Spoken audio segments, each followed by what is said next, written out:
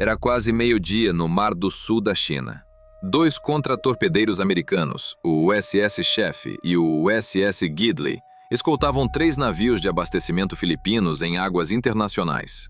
400 fuzileiros navais americanos a bordo, 200 por navio, uma operação legal, uma obrigação tratada, uma missão de rotina. Então, apareceram 18 navios de guerra chineses e formaram um círculo completo à vontade-lhes.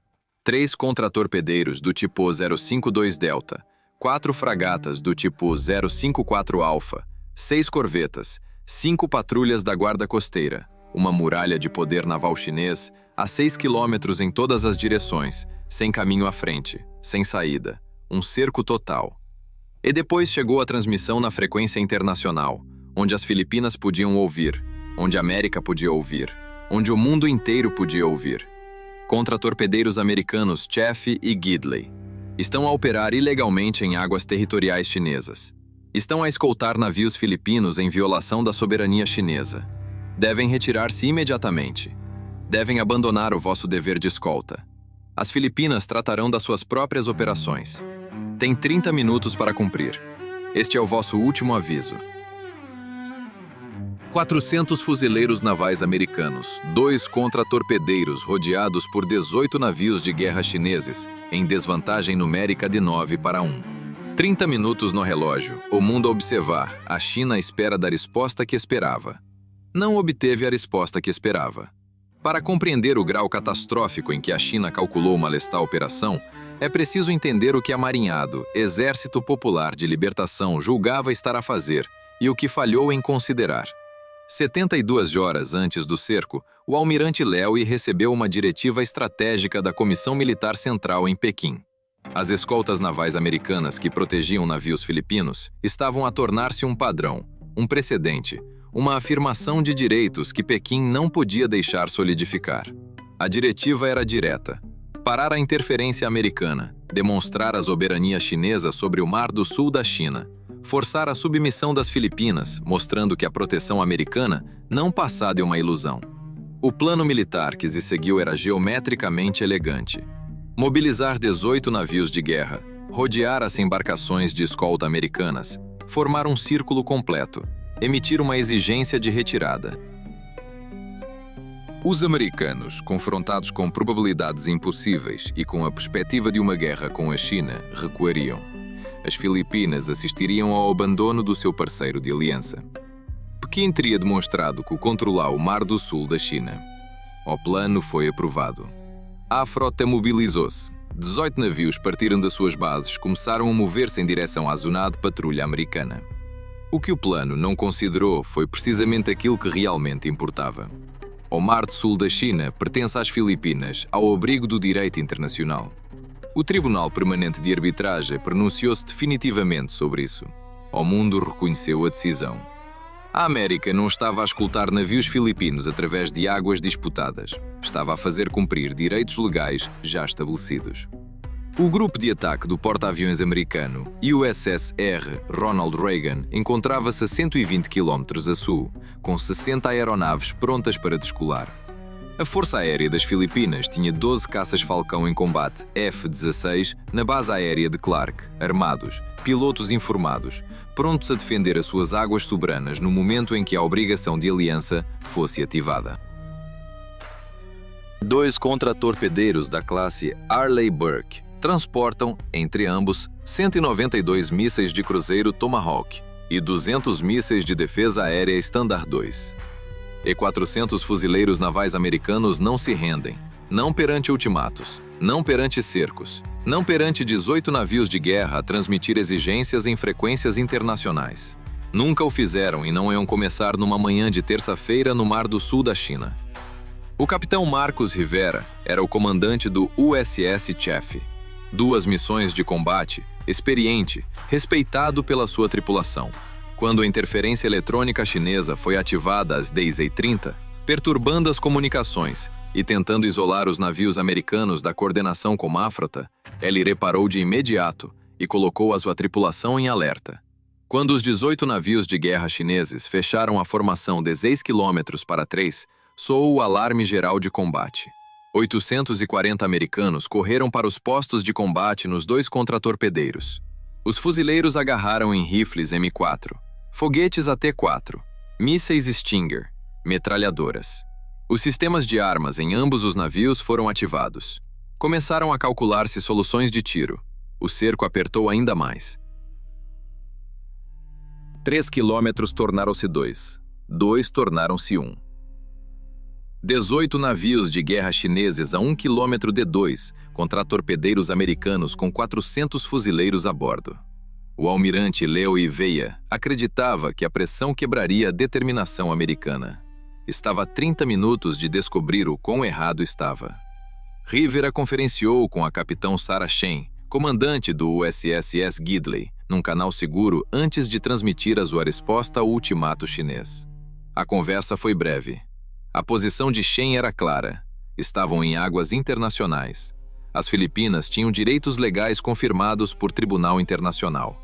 Partir significava abandonar um aliado de tratado e ceder a exigências ilegais, criando um precedente que definiria a credibilidade americana no Pacífico por uma geração. 400 fuzileiros não se rendem, em circunstância alguma. Rivera concordou. Ficariam. Protegeriam as Filipinas. Defenderiam o direito internacional.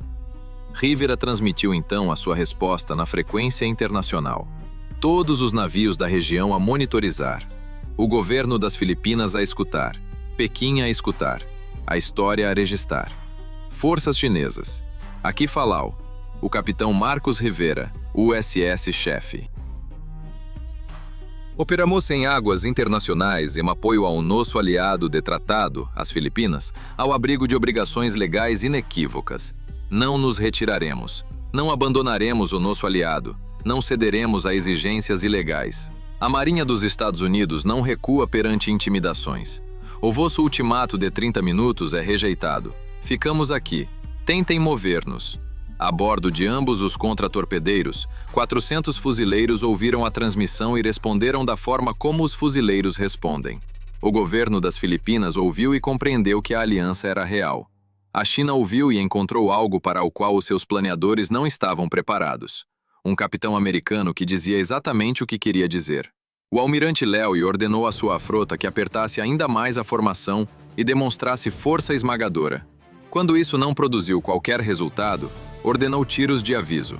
Às 11 da manhã, 6 navios chineses dispararam canhões de convés, com projéteis a cair a 500 metros do USS Chaffee. Águas internacionais, fogo hostil, ató de guerra. Rivera manteve as suas armas em espera e aguardou. Então, 2 minutos depois, Leo cometeu o erro que destruiu a sua frota. Ordenou a 6 contratorpedeiros chineses que disparassem mísseis antinavio contra os navios americanos. Ataques de neutralização não letais visando a propulsão e as comunicações, como objetivo de deixar os contratorpedeiros imobilizados e forçar uma rendição.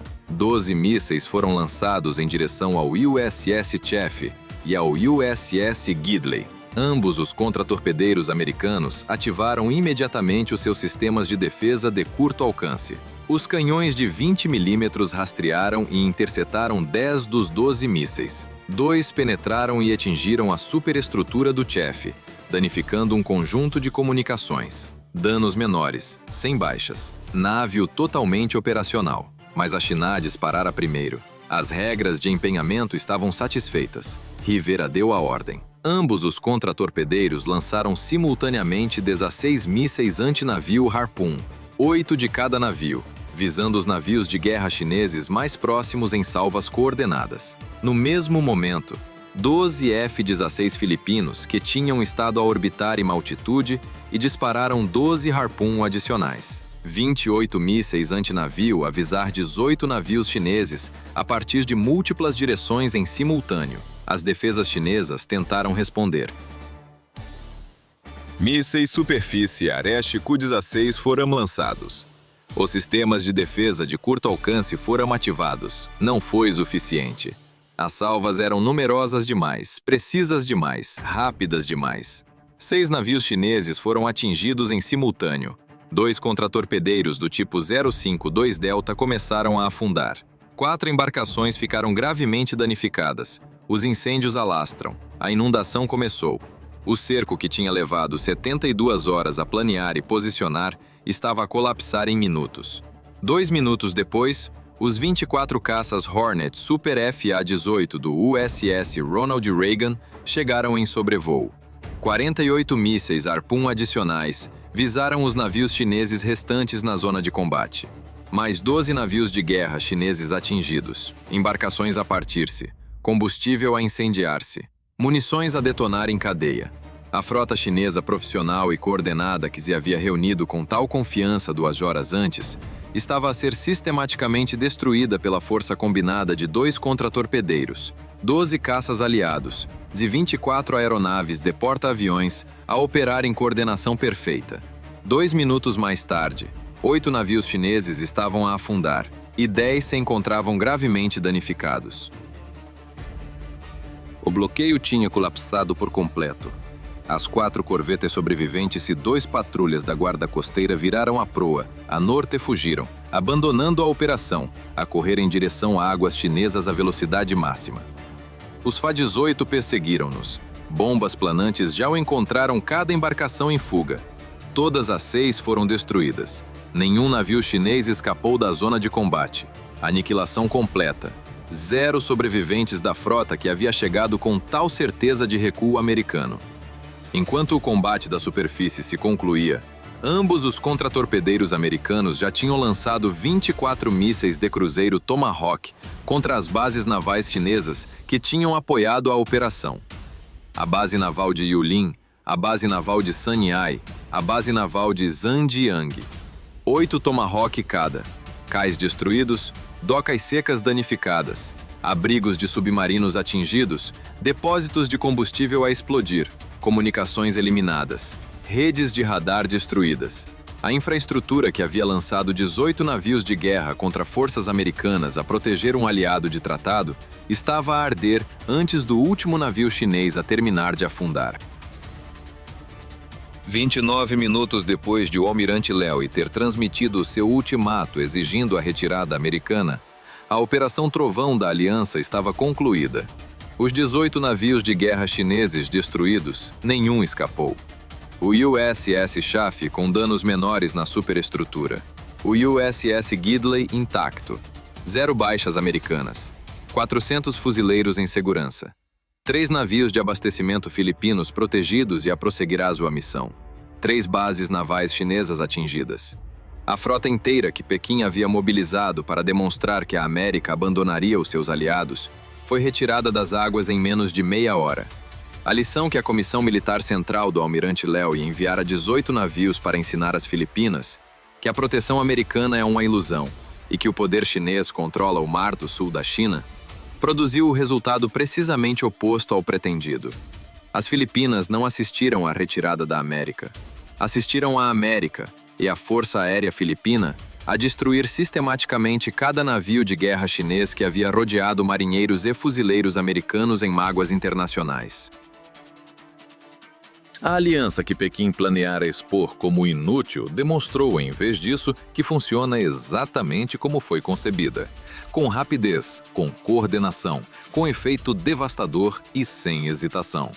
400 fuzileiros provaram numa manhã de terça-feira. 29 minutos, 18 navios mobilizados, 18 navios destruídos, 0 baixas americanas. O mundo estava a observar quando a China emitiu o ultimato. O mundo continuava a observar quando o último navio chinês afundou. E o que viu não foi a lição que Pequim pretendia dar. Foi a resposta que a América deu à pergunta sobre o que acontece quando se rodeia fuzileiros navais americanos a proteger um aliado de tratado, e eles diz que tem 30 minutos para partir. Eles não partem, ficam, e 29 minutos depois, a frota deixou de existir.